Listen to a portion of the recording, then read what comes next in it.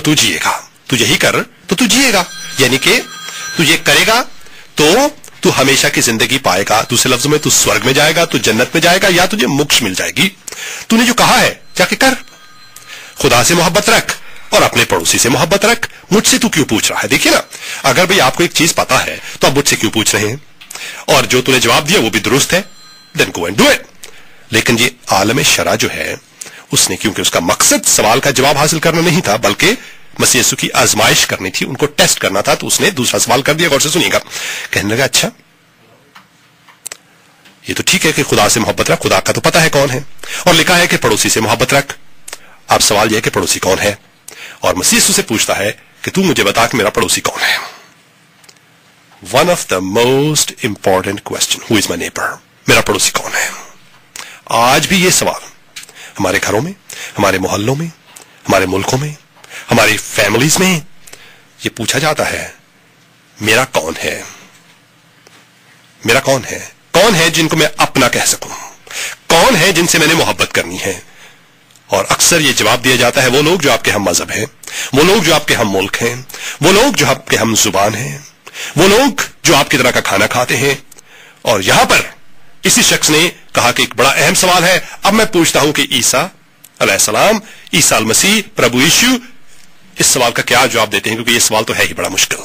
उसने ये मसीह यीशु को इस सवाल का जवाब दिया। अब जीसस क्राइस्ट, मसीह यीशु,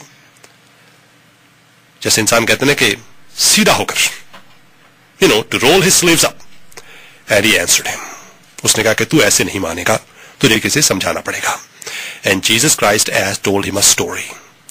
और ये कहानी one of the legends, one of the stories that are most powerful stories, legendary stories that ever were told. सरदार साहब ये कहानी पढ़ेंगे। सरदार साहब आप पढ़िए, और मैं आप सुनने वाले बहनों भाइयों, आप ह्यूस्टन में हमारी आवाज सुन रहे हैं, गौर से इस कहानी को पढ़िए। याद रखिए ये कहानी जो है आज आपकी जिंदगी की कहानी है। गौर से मेरी बात सुनिए। आपके घर में ये कहानी आज जन्म ले रही है। आज सुबह इस कहानी ने जन्म लिया, आज शाम को जन्म लेगी, आज दोपहर में ये कहानी आपकी जिंदगी में, आपके घर में जन्म लेगी, कल लेगी, और आइंदा आने वाले तमाम दिनों में लेगी। इसलिए गौर से सुनिएगा, क्योंकि इस कहानी में एक किरदार है जो आपका है। गौर से सुनिएगा बहनों भाइयों, भाई जी, इस कहानी में एक कैरेक्टर है जो आपका है। आप गौर से सुनिए और देखिए कौन सा कैरेक्टर आपका है जो आपके घर ही में रहता है।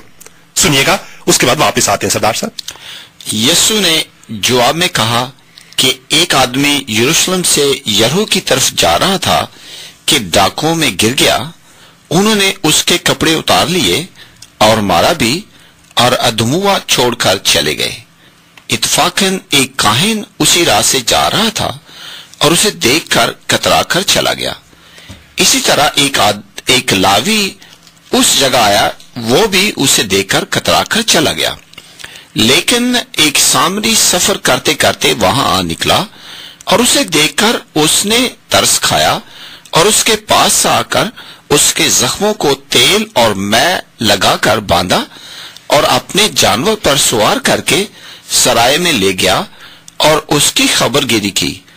दूसरे दिन 2 दीनार निकालकर बटियारे को दिए और कहा, इसकी खबरगिरी करना, और जो कुछ इससे ज्यादा खर्च होगा मैं फिर आकर तुझे अदा कर दूंगा। इन तीनों में से उस शख्स का जो डाकुओं में गिर गया था, तेरी दानिश में कौन पड़ोसी ठहरा? उसने कहा, वो